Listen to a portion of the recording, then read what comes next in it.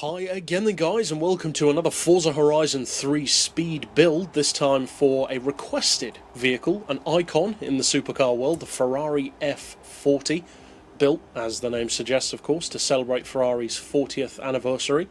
And, interestingly, this car does have a couple of notable things to its name. Not only is it a significant car for Ferrari, but it was a very significant supercar in general. It was the first road car to break 200 miles per hour in production form, and it was the first car to make more heavy use of stuff like carbon fibre than had been done before. So it's a very significant car, and it kind of set the benchmark in some ways for what supercars are known for today. You basically can't really be a full-on supercar until you're doing around 200 miles per hour and have some form of carbon fibre in your construction. So they've kind of kept that as part of a supercar legacy beyond Ferrari, which is pretty cool. I'm not a huge fan of the F40 myself. I've always preferred the F50, but I can see why people like it. It has a very old school, mechanical rather than digital vibe to it. It's very analog. Now, as far as upgrades, I would recommend having the 6-litre V12. I think, if memory serves, that's an Enzo engine conversion. As far as the drivetrain, I would recommend all-wheel drive.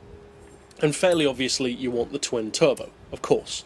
Now, as far as stuff like the wings, the rims, that's down to you. I wouldn't recommend having the front wing.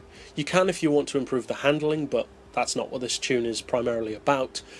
As far as rims, go for whatever you want. As you can see, I have fitted it with a roll cage, and as far as all the rest, you know the drill. Lower the weight, increase the power, basically fit everything to the car that has racing or race in the title. As a general rule, that will improve the car in the way that you need it to. Now, as far as the benchmark, it's quick. It's seriously quick. In fact, the acceleration is better than quite a few of the other supercars, at least on paper.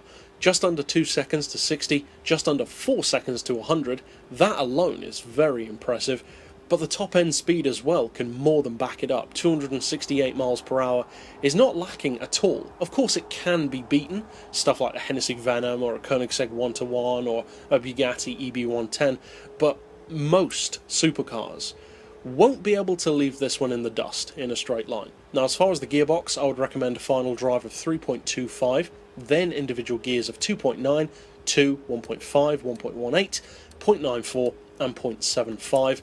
As far as anti-roll, we've got neutral camber and toe, 4 degrees of caster. That's for my personal preference. You could take it lower if you want it to be a bit more loose, take it higher for vice versa. As far as anti-roll, I've rounded those to 25 front and rear, springs to 163, 225, and the lowest ride height, dampers to 12, 17, 6 and 8. Aero doesn't apply, and as far as the diff, as I usually do, I've gone for 100% on acceleration, 0 on deceleration, and for this particular car, a 75% split in favour of that back end. So this tune is available on my storefront. You can use the keywords down in the video description to find it, but for now, of course, all that remains is to actually take it out on the street to see what it can do. Now, as far as its overall performance goes, the F40 I would say is more the kind of supercar that I would recommend using when you need more of an all-rounder rather than a pure straight-line machine. You've got that low-end acceleration and launch, you've got mid-range, top-end isn't bad, but it's not really a top-end kind of supercar. It has that top speed for when you need it. As you can see from this replay, you can get up to 268 in it for sure, and even faster with draft, but it's not really that kind of car. This tune does, of course, give you that speed for when you do need it, though, and for those who decide to use it or get it from my storefront, I hope you have a lot of fun with it. So, that's it for this build overall. There are plenty more on the channel to check out if you enjoyed this one, and for now, as always, thanks for watching.